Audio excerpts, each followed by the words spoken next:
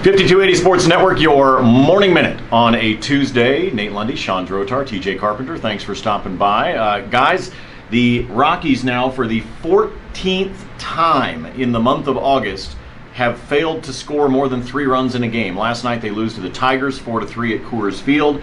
Shawn, where are you on the panic meter right now? I'm getting there. It's I'm in it's in the yellow, I think, not quite the red. But yeah, the Rockies, if they can't fix their offensive woes, especially at Coors Field, and especially against a team that, look, there's no other way to put this. Detroit gave up on the season. They've traded half their team for prospects. This is a team that's not even really trying to win all that much anymore, and the Rockies can't get it done. So this is a big-time problem for them. They've got to stop trying to hit everything 500 feet. Just get the ball in play, manufacture some runs. I feel like what they've been doing in terms of the run scoring, TJ, is a lot of the way that Trevor Story's season at least started out and what we kept seeing at the plate, which was he's constantly trying to mash it. He's trying to hit it all the way to, tap 14 out there on Blake Street, as opposed to just trying to get the ball in play. And Shawn makes a good point that you're not going to score more than 3 runs if that's the case, because it's feast or famine. Yeah, and I don't want to rate too high on the cliche meter, but like good hitting is contagious, so is bad hitting, and I think that type of mentality has infected the team a little bit.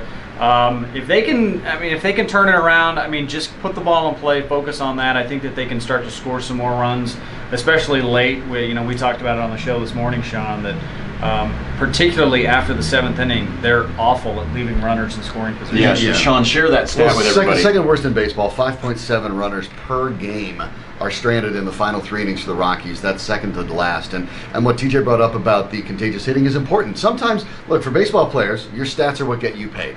Not everybody is necessarily willing to hit a ground ball to the right side of the infield, knowing that they'll get nothing out of it except to advance a runner. And it's not a sacrifice. It counts as an out. Not everybody is okay with doing that. Now, when you have a team that's sacrificing like that, the Royals, when they won their championship a couple years back, was a team like that. The Rockies seemed like they were a bit more like that in April and May than they are now. Now, what's changed, I don't know. Maybe they're playing a little tight as the playoffs start to look like a reality as opposed to something that was a bit of a fantasy. But they need to get back to that idea where guys are okay with just hitting a sacrifice fly, just advancing the runner, doing the little things. The Rockies aren't doing the little things anymore, and they're not focusing on them, and it's costing them these close ball games. Speaking of reality and fantasy, on Thursday night, one of your backup quarterbacks will be Jordan Taylor.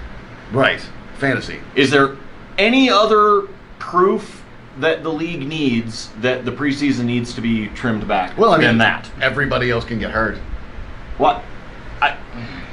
Why go with Jordan Taylor? A.J. Derby played quarterback in college. Jordan Taylor hasn't played quarterback since high school. I don't care. Let McManus do it. I don't care. It's proof as to why the preseason absolutely positively needs to be cut back, and I think the league knows that. I think the owners know that. I think ultimately they'll do it. But you don't need to look any further than what the Broncos depth chart is going to look like for the game on Thursday to realize that all of this is a waste this week, and they could actually trim it down and probably do themselves a favor and do all the players a favor and do the fans a favor if they could actually pull that off. So just something to keep in mind as you go throughout the week. Rocky Mountain Showdown coming up on Friday night. We'll talk about that as we go throughout the week, more on the Rockies and the Broncos, of course. But for now, have a great Tuesday. For TJ, for Shawn, I'm Nate. We'll see you. Can you come in and hand off? Maybe. He's got a bum leg.